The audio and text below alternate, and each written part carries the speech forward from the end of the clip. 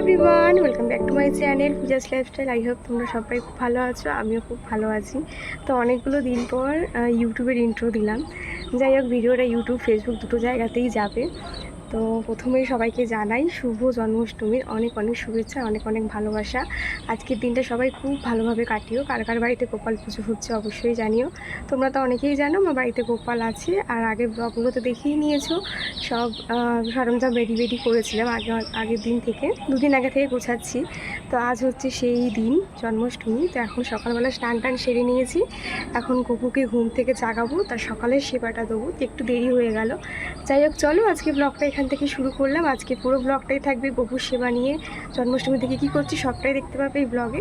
তো চলো ব্লগটার সাথে থাকো, ব্লগটা দেখতে থাকো। তো দেখো বন্ধুরা, আমি কিন্তু সকালবেলা চলে আসলাম গপুকে নিয়ে ওপরে। আর তারপরে কিন্তু গপুকে নতুন একটা জামা পরিয়ে দিলাম, যেটা এনেছিল গপুর পিমনি, মানে দিদি কালকে এসেছে। আর গপুর জন্য নিয়ে এসেছে এই জামাটা, আর দুটো ছোটো ছোটো কুশানও নিয়ে এসেছিলো। সেগুলো হেভি কিউট, তবে সেগুলো না ঢাকা ভরে গেছে। যাই হোক, সকালবেলা কিন্তু গপুর আজকে সকালের সেবাটা দিয়ে দিচ্ছি। দেখো, মাখুমবাই বিস্কুট আর দিয়েছিলাম হচ্ছে তোমার চকলেট। এইগুলো দিয়ে কিন্তু আজকে গপুর সকালের সেবাটা দিচ্ছি, গপুর বার্থডে স্পেশাল। আর তোমরা সবাই কিন্তু আমার গপু সোনাকে হ্যাপি বার্থডে উইশ করে দিও। যেহেতু গপু সোনার ফেভারিট খাবার হচ্ছে মাখুম, সেটা কিন্তু আমি সারাদিনের মধ্যে দেওয়ার চেষ্টা করব। তো এখন দিলাম মাখুম, আর সন্ধেবেলায় ক্ষীরটা দেবো। আর দুপুরের টাইমটা তো ফলের সেবা দিই প্রতিবার, এবারও তাই দেবো। তো দেখো কি মিষ্টি দেখাচ্ছে না আমার গপুকে। যাই হোক, সকালের সেবাটা দিয়ে দিলাম, আর তারপরে কিন্তু বাকি কাজগুলো করব। এদিকে দেখো, ভিডিওটা কিন্তু দিদি করে দিচ্ছিল, আর তার মধ্যে মাম্মামও উঠে গেছিলো। আর দেখো, এই হচ্ছে ফুল ডেকোরেশন। তো রাত্রিবেলা লাইটটা জ্বালাবো। তো কেমন লাগছে অবশ্যই জানিও, সাজানোটা কেমন হয়েছে। তো গপু সোনাকে কিন্তু একটু ঘরের ফুল দিয়েও সাজিয়ে দিচ্ছি। আর তারপরে দেখো, সকালেও তো এই সেবাগুলো দিলাম। আর যেহেতু আজকে রান্না বান্না সব আমিই করবো, গপুকে যেগুলো সেবাই দেবো, তাই দেখো ইন্ডাকশানের মধ্যে দুধটা বসিয়ে দিলাম আর কি, ঝাল, যেহেতু ফ্রিজে রাখা হয়নি। আর যেহেতু গরম পড়েছে প্রচণ্ড, যদি কেটে যায় তাই জাল দিয়ে রাখছি। যাই হোক, তারপরে কিন্তু দুধটা জাল দেওয়ার পরে চলে আসলাম হচ্ছে গপুকে অভিষেক করাবো বলে। মাঝে আরও অনেকগুলো কাজ করে আসলাম, যেটা মামামের খাবার, ওকে স্নান খাওয়া টাওয়া করিয়ে একেবারে আসলাম। তারপরে দেখো, গপুকে এখন সিংহাসন থেকে নামাচ্ছি। জন্মাষ্টমী বলে কথা, একটু স্পেশালভাবে তো অভিষেক করাতেই হবে। তো যা যা দিয়ে আর কি অভিষেক করাবো, ঘি, মধু, দই, দুধ, তারপরে হচ্ছে আগের দিন নিয়ে এসেছিলাম গপুর জন্য একটা আতর, খুব সুন্দর, সেটা সেন্ট একদম সুন্দর না, মানে ও তার গন্ধেই একেবারে ঠাকুরঘরটা মমো করছিল, দেখতেই পাচ্ছ। আমি জানি না এটার নাম কি, তবে সবাই নিচ্ছিল দেখেই কিন্তু আমি নিলাম। যাই হোক, আমাদের ওই বাড়িতেই আমার গপু সোনাকে, আমার ওই বাড়ির গপুকে কিন্তু এটা দিয়ে দিদা স্নান করাতে দেখে এসেছি। আর জানো তো, গোপাল পুজোটা কিন্তু আমি আমার দিদার থেকেই শিখেছি। তাই ছোটোবেলা থেকেই গোপাল পুজো দেখে বড় হয়েছি, তাই গোপালের প্রতি একটা আলাদাই মায়া ছিল। আর দেখো, সেই মায়াতে, সেই টানে কিন্তু গোপাল আমার ঘরে এসেছে। যাই হোক, তাতে তো আমি ভীষণ খুশি। দেখো, এখন গপুকে কিন্তু আমি জন্মাষ্টমী স্পেশাল অভিষেক করাচ্ছি। দেখো, ঘি, মধু, সেই আতরটা প্রথমে দিয়েছিলাম, তারপরে মধু, ঘি আর হচ্ছে টক দই, মানে পঞ্চামৃত দিয়ে গপুকে, মানে সব ঠাকুরদেরই পঞ্চামৃত দিয়ে অভিষেক করাই আর কি। সেই প্রসেসটাই কিন্তু আমি এখানে করছি। তারপরে দেখো, দুধ দিয়ে অভিষেক করাচ্ছি, তারপরে হচ্ছে গঙ্গার জল। আর তোমরা কারা কিভাবে অভিষেক করাও আমাকে অবশ্যই জানিও। আমি এইভাবে অভিষেক করিয়ে থাকি আমার গপুকে প্রতি জন্মাষ্টমীতে, সেটাই তোমাদের কাছে তুলে ধরলাম।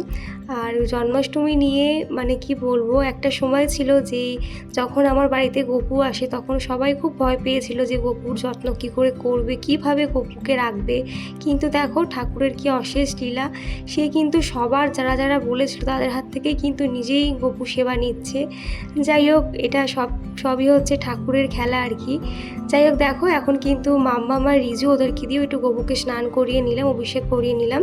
তারপরে কিন্তু গপুর জন্য আমি দুটো জামা বানিয়েছিলাম, সকালে একটা জামা পরালাম আর বিকালে একটা জামা পরাবো। তো এই হচ্ছে প্রথম জামাটা, কি সুন্দর লাগছে না। আমি কিন্তু এটা কাস্টমাইজ করে বানিয়েছি, আমার মনে হলো কেনার থেকে বানিয়ে পরানোটা বেশি ভালো লাগবে। যাই হোক, তারপরে দেখো, দুপুরে সেবায় দিয়েছিলাম হচ্ছে ফল, আর সাথে ছিল নাড়ু, চকলেট। এগুলো দিয়ে আজকে গপুকে দুপুরে সেবা দিলাম।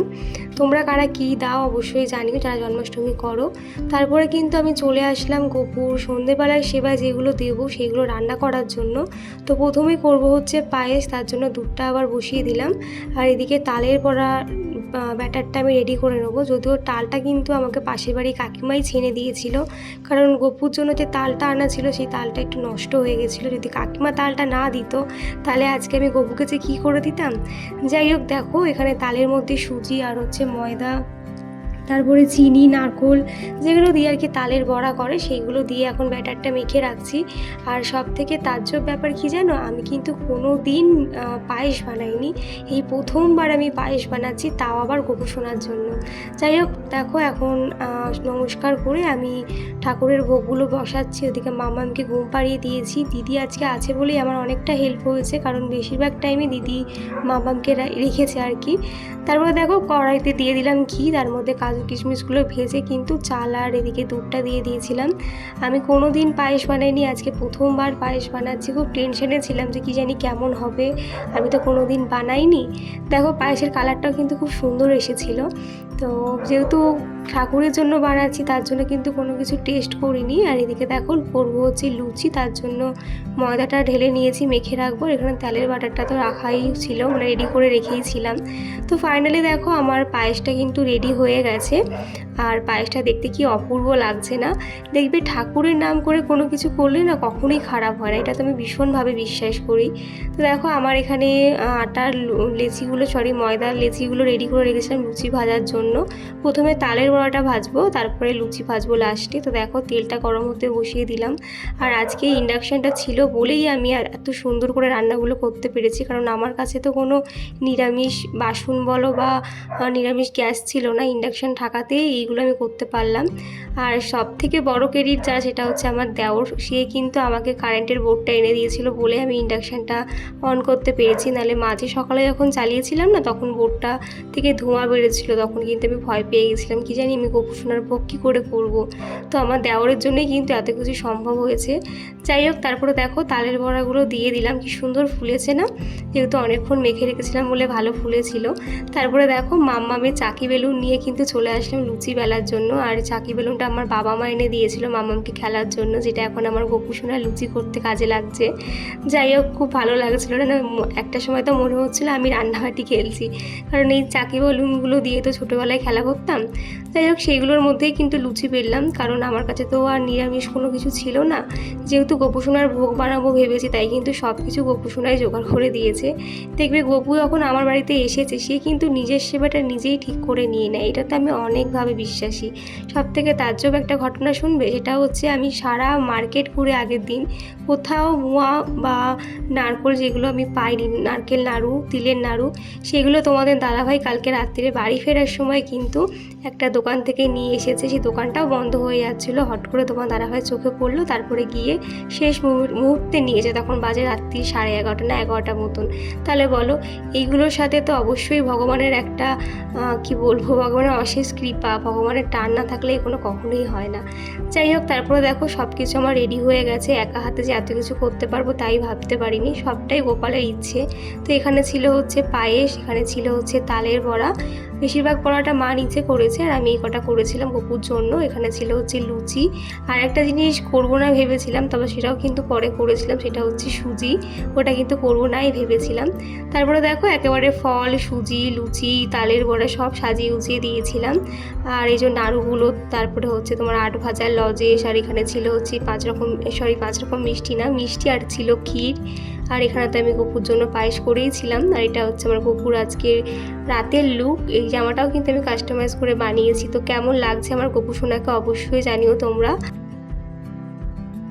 গোপালের সব কিছু রেডি করে আসলাম, গুছিয়ে গেছি। এখন আমি একটু শাড়ি পরবো, ইচ্ছা করছে না, আজকে খুব কষ্ট হয়েছে, এত গরম পড়েছে, তার মধ্যে গরমের মধ্যে রান্নাবান্না করেছি, আর মানে গলা পুরো শুকিয়ে গেছে। তার কিছুক্ষণের অপেক্ষা, তুই শাড়িটা পরবো। তো চলো রেডি হয়ে নিই, তারপরে আবার দেখা হচ্ছে। দেখো বন্ধুরা, এরপরে কিন্তু বসে পড়লাম গপু সোনার সেবা দেবো বলে, মানে গপু সোনার পুজো করবো বলে। যেহেতু দিদি আর রিজু ওরা বাড়ি ফিরে যাবে, ওরা আর আজকে থাকবে না, কালকে যেহেতু আছে মনসা পুজো। আর তার থেকেও বড় কথা, দিদির বাড়িতেও একটা গপু আছে, তাকেও কিন্তু দিদি আগের বার থেকে সেবা দিচ্ছে, তো এবছরও দেবে। তো আমি যা যা আমার এই গপুর জন্য করেছি, সেই গপুর জন্য কিন্তু সবটা গুছিয়ে দিয়েছি, যাতে দিদি ওখানে গিয়ে সেই গপুকেও সেবা দিতে পারে। তো এইভাবেই কিন্তু আমি আমার গপু সোনার পুজোটা আজকে করছি। তোমাদের কেমন লাগলো অবশ্যই জানিও। আর আজকে একটু কষ্টও হয়েছে, কারণ আজকে প্রচণ্ড গরম ছিল।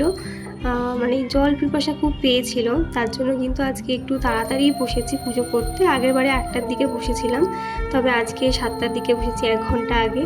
যাই হোক, জানি না গপুর জন্য কতটা কী করতে পারলাম, যতটা আমার হলো আর কি, আমার শরীর দিল এইটুকুই করতে পেরেছি। এটাই আমি জানি গপু এতেই খুশি হবে, কারণ গপু সোনার কিন্তু খুব বেশি কিছু লাগে না, একটুতেই ঠাকুর সন্তুষ্ট।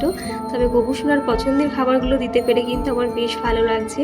তোমাদের কেমন লাগলো অবশ্যই জানিও। দেখো গপু সোনার চকলেট যা যা খাবার সব সাজিয়ে দিয়েছিলাম, সব কিছু গপু সোনাকে একটু ঠেকিয়ে দিচ্ছিলাম, মানে গপু সোনা যাতে একটু নেয় আর কি, সেবা নেয় তার জন্য। আর ক্ষীরটা তো দিতেই হয়, ক্ষীরটা দিয়েছিলাম সন্ধ্যেবেলাতে, সকালবেলাতে দিয়েছিলাম মাখন, যেগুলো মানে গপু সোনা যা যা ফেভারিট খাবার আছে সবটাই দিয়েছি। আর দেখো এখানে সুজিটা দেখতে পুরো কেকের মতো লাগছিল। তবে খুব ইচ্ছা ছিল এবছর একটা গপু সোনাকে কেকও দেবো, তবে সেটা আর হয়ে উঠলো না। দেখা যাক পরের বছর যদি সেটা হয় অবশ্যই দেবো, যদি গপু সোনা চায়। এটুকু করতে পেরেই আমি অনেক খুশি। আমি জানি আমার গপু সোনাও খুশি হয়েছে এইটুকু পেয়ে। গপু সোনার সব পছন্দের খাবারগুলো গপু সোনার সামনে সাজিয়ে দিয়েছি। আর আমি যে একা হাতে এত কিছু করতে পারবো এটা ভেবে অনেকটাই খুশি হয়েছি যে সব কিছু টাইমের মধ্যে হয়ে গেছিলো। যাই হোক, এবার তো পুজো হয়ে গেল, এবার প্রণাম করার পালা। তো দেখো এখন গপুকে প্রণাম করছি, এদিকে মাম্মামও কিন্তু আমার প্রণাম করছি দেখে ও প্রণাম করছিল।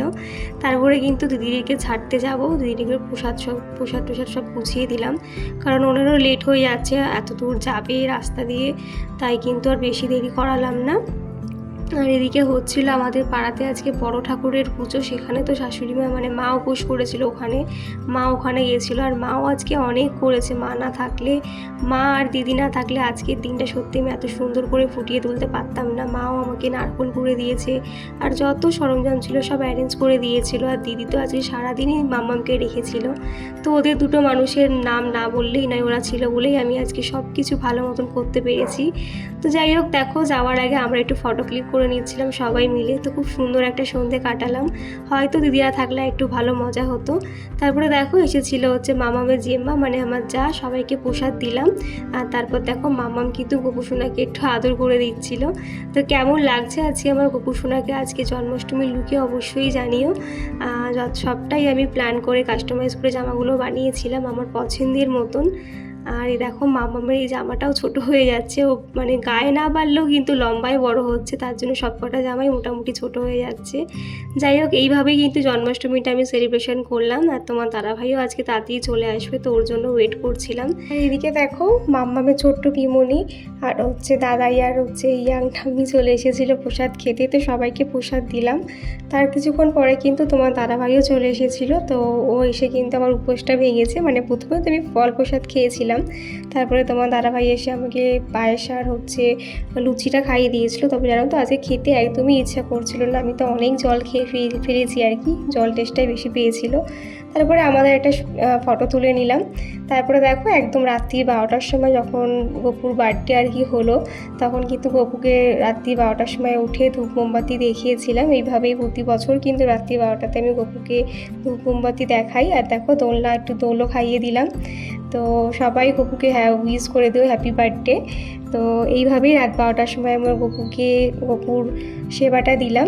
যাই হোক, তারপরে কিন্তু আর ব্লগ শ্যুট করা হয়নি, একেবারে সকালে চলে আসলাম। প্রতি বছরের মতন কিন্তু এবছরও আমার পাশের বাড়ি কাকিমা, মানে আমরা গপু সোনার আর এক ঠাম্মি, গপু সোনাকে কিন্তু নন্দ উৎসবের সব ভোগ দেয়। তো দেখো সেই ভোগগুলো নিয়ে এসে কিন্তু আমি আমার গপু সোনাকে নিবেদন করলাম। আর আজকে এই নন্দ উৎসবটা কিন্তু পালন হয় শুধুমাত্র আমার পাশের বাড়ি কাকিমার জন্য। কাকিমা এত সুন্দর করে সব ভোগ দেয় না, আর সব গোপালদের কিন্তু দেয়। তার মধ্যে কিন্তু আমার গোপালও প্রতি বছর কাকিমার থেকে সেবা পায়। তো দেখো আজকে সকাল সকাল গপুকে স্নান টান করিয়ে একেবারে সাজুগুজু করিয়ে বসে দিয়েছিলাম, তারপরে কিন্তু এই ভোগটা নিবেদন করে দিলাম।